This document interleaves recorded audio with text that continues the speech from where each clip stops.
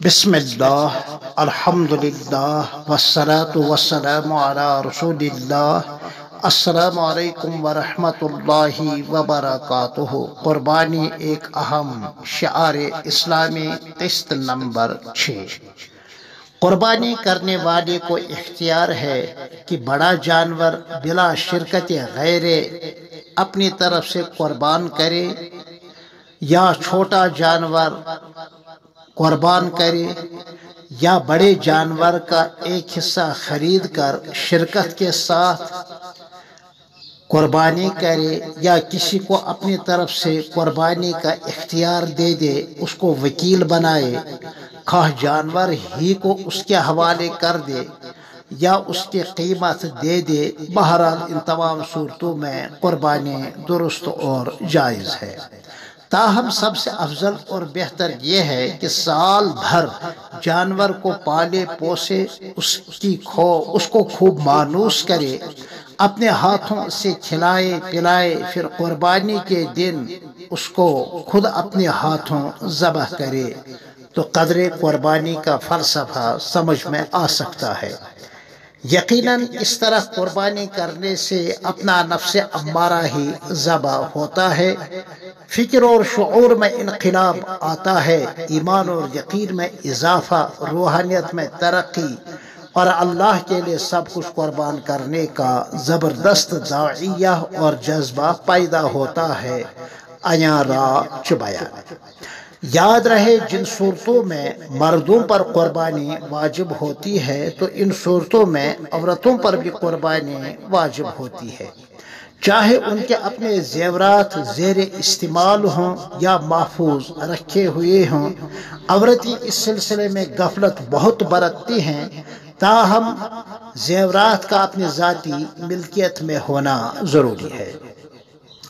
नज़र कुर्बानी हो या वसीयत की सूरत में कुर्बानी हो तो इसमें दूसरे का हिस्सादार बनना या बनाना दुरुस्त नहीं है, क्योंकि नज़र कुर्बानी हो या मुर्दे की तरफ से वसीयत की सूरत में कुर्बानी हो, ऐसे जानवर को कुर्बानी की नीयत से ज़बह करके उसका सारा गोश्त और पोस्ट सदका करना लाजिम है।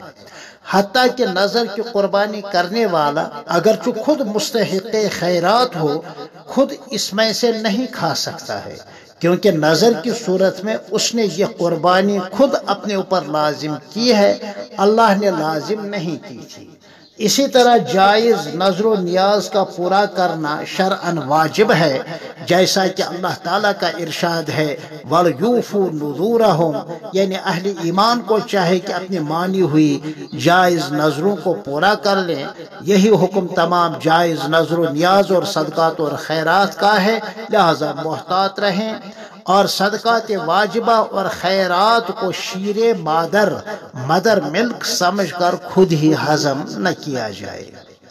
बड़े जानवर में अगर 7 हिस्सेदार हों, चाहे सब के सब हिस्सादार कुर्बानी करने वाले हों या इसमें बाज़ हिस्से अकीक़ा के हों, दुरुस्त है।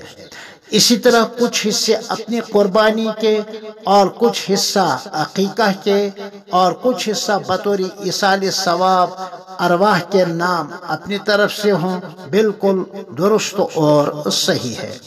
ताहम सब मिलकर 7 हिस्सों से ज़ायद न हो और किसी का हिस्सा 7वें हिस्से से कम न हो। हाँ, एक हिस्से की नफल कुर्बानी का सवाब, एक हिस्से की नफल कुर्बानी का सवाब बहुत सारे मुर्दों के लिए पहुंचाना दुरुस्त है। याद रहे कि मुकीम वो शख्स कहलाता है जो अपने घर पर हो या घर से बाहर हो, मगर 77 किलोमीटर के अंदर हो। अगर 77 किलोमीटर 77 किलोमीटर या इससे ज़ायद सफ़र पर हो, मगर कहीं किसी बस्ती में कम अज़ कम 15 दिन ठहरने की नीयत की हो तो अब वो मुकीम हो गया। इसी तरह वो हाजी साहिब जिसको मदीना तैयबा जाने से पहले या जाने के बाद घर वापसी तक मक्का शरीफ में 15 दिन कम अज कम ठहरने की सआदत नसीब हुई हो, सआदत हासिल हो, और इस दौरान मनासिक हज भी अदा किए हों या अदा करने हों, तो इन चारों सूरतों में मुकीम का साहिब निसाब होने की सूरत में कुर्बानी उस पर भी लाजिम है।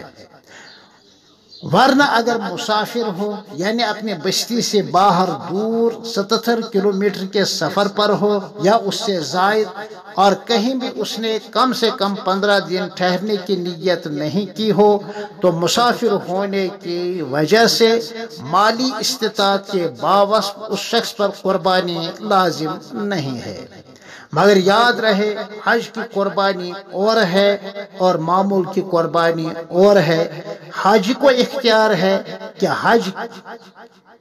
हाजी को इस चीज का इख्तियार है कि मामूल के मुताबिक जो हर साल वो घर में कुर्बानी किया करता था, चाहे उसको घर में इस कुर्बानी को करे या वहाँ ही कहीं मिना में कुर्बानी करे, लेकिन हज की कुर्बानी अलग है और मामूल की कुर्बानी अलग है, दोनों में फ़र्क करना ज़रूरी है।